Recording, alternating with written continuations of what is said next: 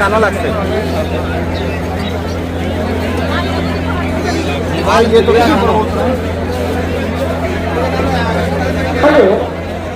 ये देखिए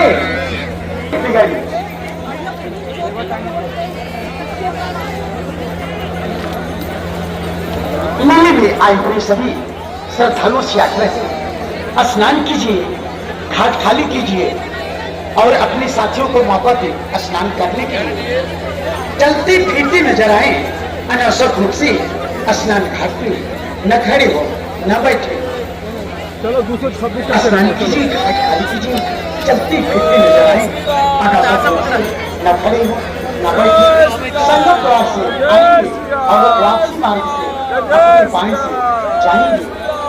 कहीं भी जाना है, स्टेशन जाना है, बस स्टैंड जाना है, आप लोग अपने बाएं से जाएंगे।